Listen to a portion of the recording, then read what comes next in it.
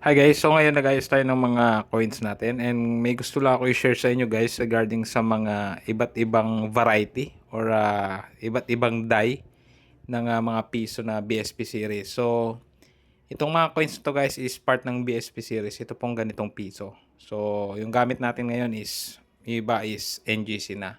So, ito po yung unang die which is stick script. Ayan. Makapal po yung kanyang 1993 na number. Ayan. Tapos, meron tayong pangalawang die, which is ang variety naman po is, or ang kanyang itsura is, mas manipis po yung kanyang script or yung, ayan, mapapansin nyo sa year po na 1993. Ayan. Then, yung last po is yung pangatlong die, which is, large script or thick script.